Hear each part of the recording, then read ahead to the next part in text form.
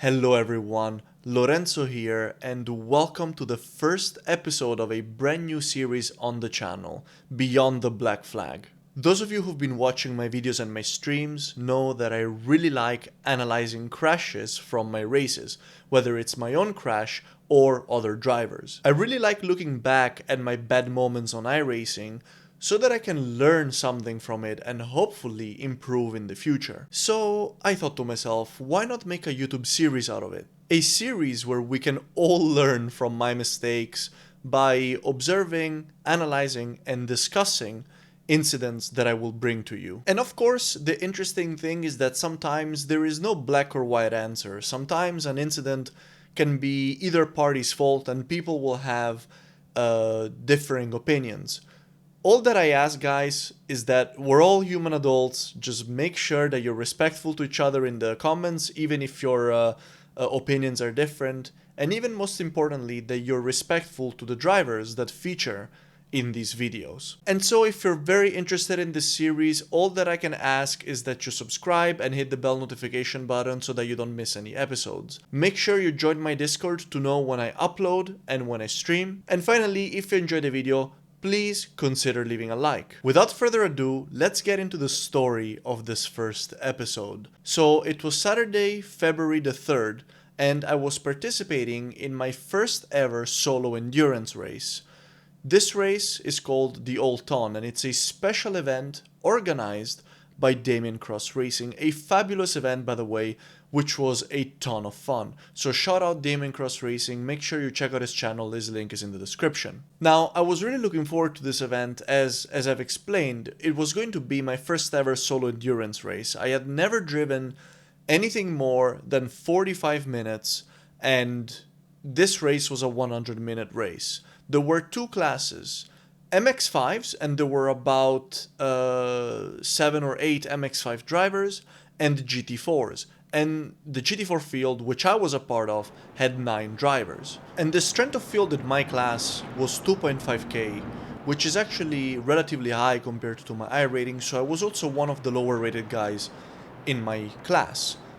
Surprisingly, I managed to qualify in P4, and in turn 1 I overtook the guy in P3 and pretty much ended up holding P3 for a whole 40 or 45 minutes, which at the time was leaving me really impressed. I was actually driving very well and I was doing great. And again, skilled drivers in both the MX5 and the GT4 fields, so I was able to cut through the traffic quite efficiently. And so for basically almost the entire race, I ran anywhere in between P3 to P5.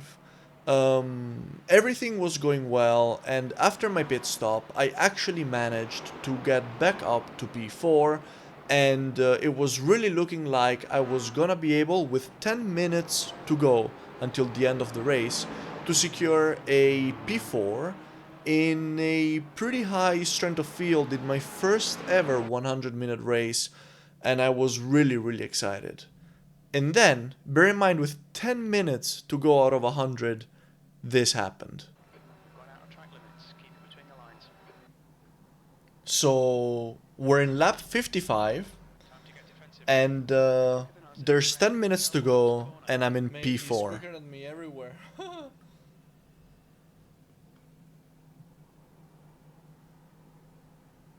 And okay, we've tested out all the features. Slower cars ahead. These guys will be fighting for position. They might not see you. I've got to get my money's worth, mate. got you, Jim. It should be an easy pass here out on the straight. Famous last words. Oh. Clear right, clear right, clear on the right. Oh no, not like this, not like this. Oh, Got wheel damage.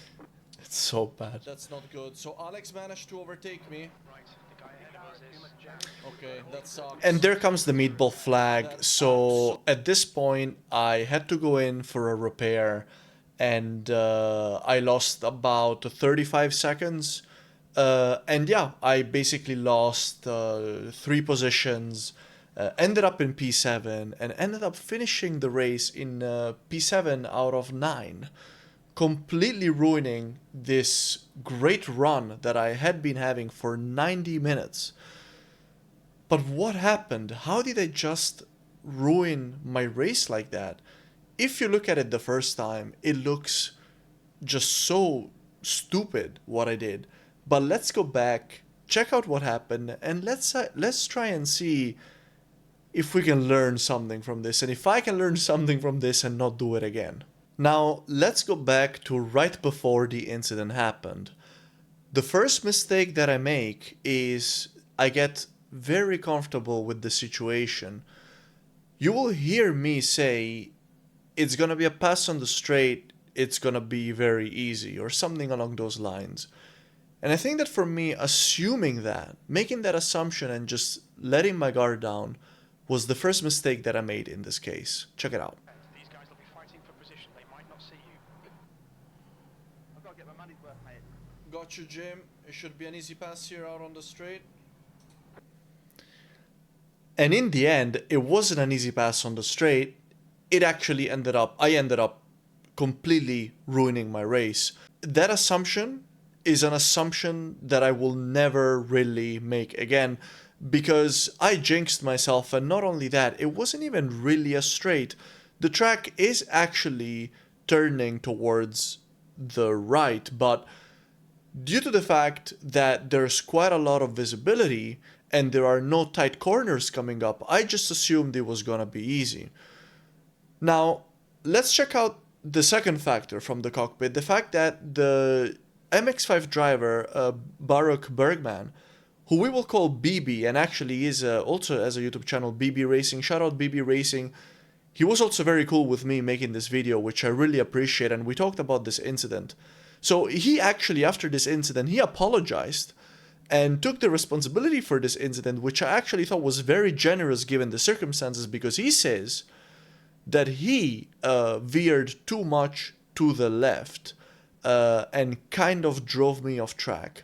Let's check this out again from the cockpit and see if this is indeed the case. It looked like he was just following the draft of the white and black MX-5 ahead of him, so I then decided to move my car over to the left and try and overtake him on the outside, as you will see here in a moment. Here out on the straight. As I do that, he veers to the left as well, and at this point, I really wanted to leave him enough space. However, what I didn't realize is that with him moving over to the left and also me wanting to leave him a bunch of space, I was just about to run out of track. And as you can see, the end of the track comes so quickly that before I even realize that I am out of track and that I have two wheels on the grass, it's too late. I'm going way too fast, and there's nothing that I can do to steer the car back onto the track. At that point, I'm just flying straight. I hit a bump, I lose control, and I end up against the barrier. Now, let's go into the iRacing replay, check out the incident from the outside from multiple angles to see exactly what went wrong and to pick up all the things that you can't really see when you're inside the cockpit. So this is it in real time. As you can see, I'm pulling up to BB's car. He veers a bit to the left. I go off, and again, by the time my wheels are on the grass, there's nothing that I can do as we've already established. But the first thing that is so apparent already is that why did I need to leave so much space between my car and his? Check it out. As I'm going around him, sure, I see him veering a little bit to the left, but I mean, there's definitely more than enough space on the left side of his car to get around, although he could have left me a bit more space, to be fair, and this is something that he acknowledged himself, but still, despite the fact that he indeed could have left me more space, there's still definitely enough space for me to fit. And so if you look at how much space I was originally intending to leave him, it's like almost half a car's width between me and him. And again, bear in mind that I'm really trying here to not kill any of the cars in the slower class. So I'm being very mindful about like leaving space and not driving too dangerously close to them, but I left way too much space, so I was being way too cautious here. And if you look at it from my cockpit, it actually looks like his car is way closer. If you look at it from this perspective, it looks way closer than if we go back out to chase, it looks way closer than it actually is. I played it on the safe side, but actually too safe, and that all that caution that I was taking actually just ended up in a much worse outcome for myself, and I shouldn't have been that cautious. Another thing to take into consideration is that when I saw that he was kind of going towards the middle of the track, I didn't need to make the pass here.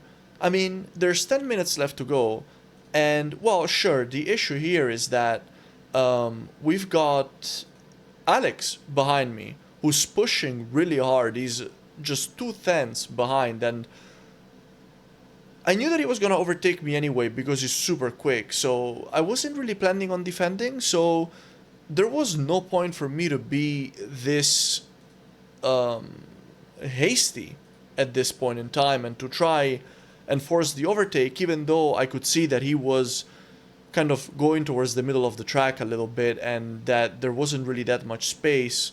I should have just been patient. Patience here would have gone a long way. The worst thing that would have happened is that I would have lost one position to Alex behind me, which I would have lost anyway because he's like 6k rated, I'm 2k rated, he's quick. He would have overtaken me for sure. And one final consideration when it comes to this incident is that, and I will do this from now on every time before getting into a multi-class race, I think it's so important to actually practice, maybe against the AI where there are no stakes, overtaking slower class cars in every part of the track. Because here I got so complacent due to the fact that I thought, you know, the track's going straight, I can't get this wrong. But I did.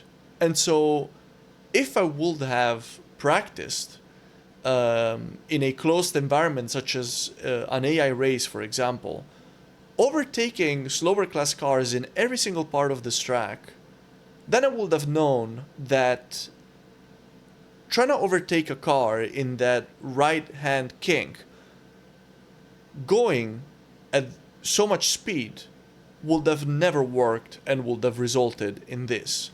And maybe if I would have done that, I would have spared myself to ruin this race after driving for 90 minutes. And so my final verdict here is that despite the fact that BB actually apologized and took the blame for this incident, for veering to the left and kind of not leaving me enough space to overtake, I think that actually it's my own fault that I ruined my race. And this is because I didn't practice enough.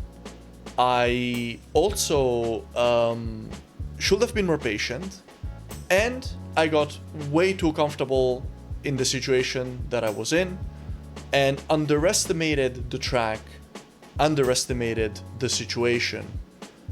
Oh, and also I was way too cautious. I should have kept the car much tighter against his, even though I was pretty worried about a collision, but yeah, there was definitely more than enough space and I just was not aware enough. And alright everyone, that's it for episode 1 of Beyond the Black Flag. I really hope that you guys enjoyed this episode and that maybe you learned something from it. I really enjoy unpacking these crashes, even though sometimes they may seem obvious. There's always something that can be learned or something that doesn't immediately meet the eye. Every crash tells a story.